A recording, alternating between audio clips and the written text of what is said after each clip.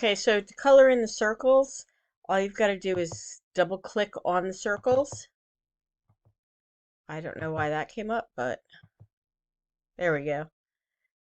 And then,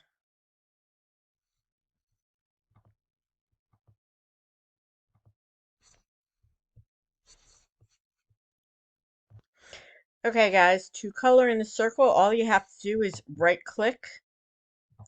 There you go on the circle, and then hit the fill, and then fill it in whatever color you want. So here I'm on the circle, right click, fill it in,